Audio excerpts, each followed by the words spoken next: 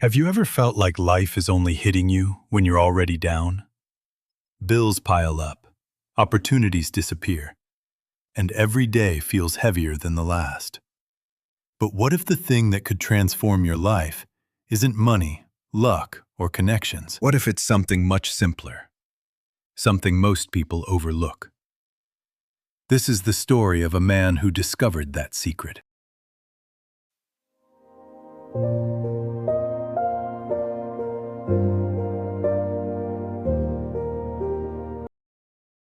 A few winters ago, in a quiet town somewhere in the Midwest, there lived a man named Daniel. If you passed him on the street, you probably wouldn't notice him. He was one of those invisible souls in society, the kind most of us walk past without a second thought. Daniel slept on a worn-out bench behind a small bus station.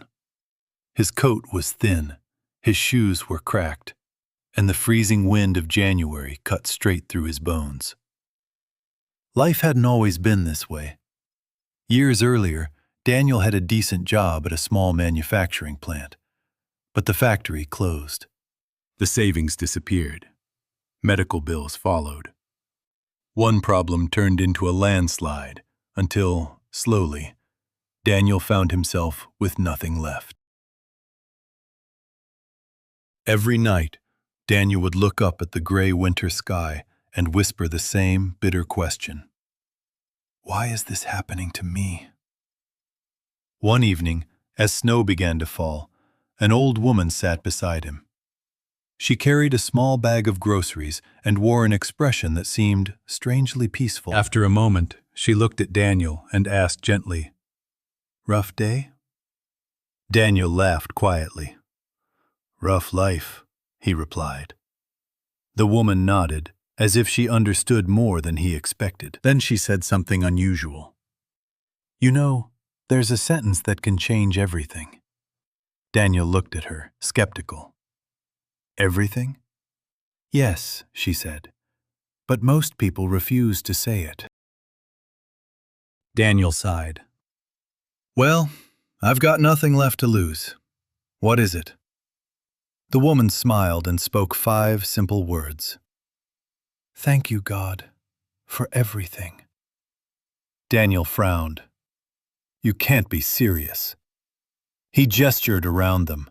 The cold, the snow, the empty street. "What exactly am I supposed to be thankful for?" The woman didn't argue. She simply said, "Say it anyway.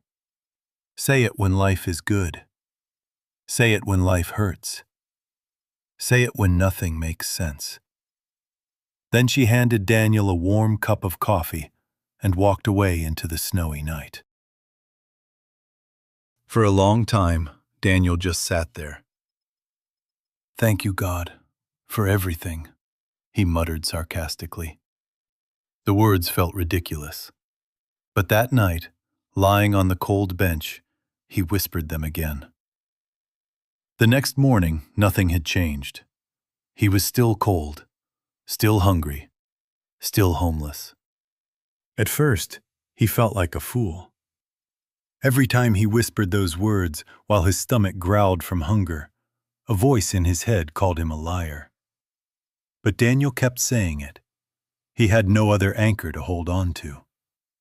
He began to say it for the smallest things. A few coins in his cup. "Thank you." 10 minutes inside the station to warm up. "Thank you." A piece of leftover bread. "Thank you." Days passed, then weeks. Something strange began to happen. The world didn't change, but Daniel's eyes did. He noticed small kindnesses he used to ignore. A warm sun breaking through the clouds. A stranger holding the door open. He realized that while he had lost his possessions, he hadn't lost his humanity.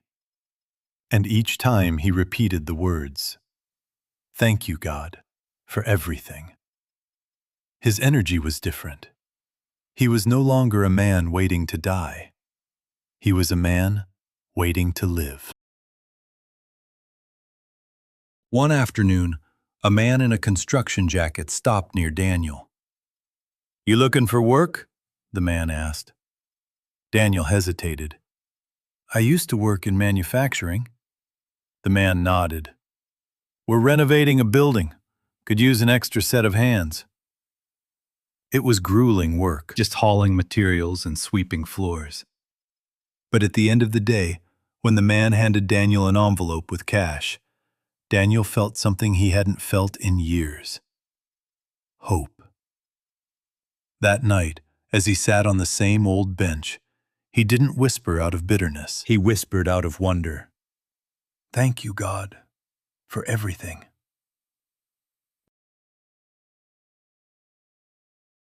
Months later, Daniel was no longer invisible. He had a steady job. He rented a small room above a grocery store. It wasn't a palace, but to him, it felt like one. One day, he walked past the bus station and saw the old woman on the same bench. He sat down beside her. You look different, she said. I am different, Daniel replied.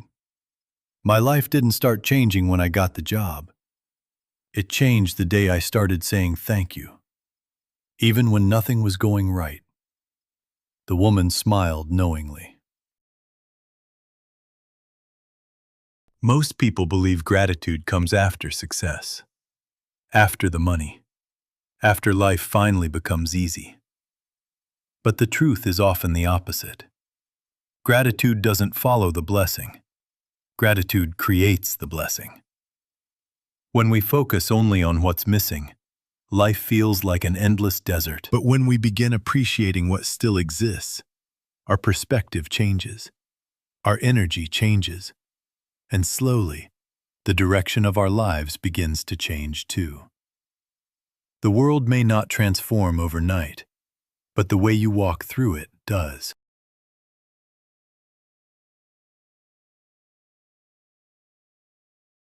So here's something simple I want you to try today. Right now, pause for a moment and think of one thing in your life you're grateful for. Just one. Then write it in the comments below, because someone reading it might realize they're grateful for the same thing. If this story meant something to you, share it with someone who might need this reminder today. And subscribe to Tales in Life for more stories that change your perspective. Until the next story, remember these 5 words. Thank you, God, for everything.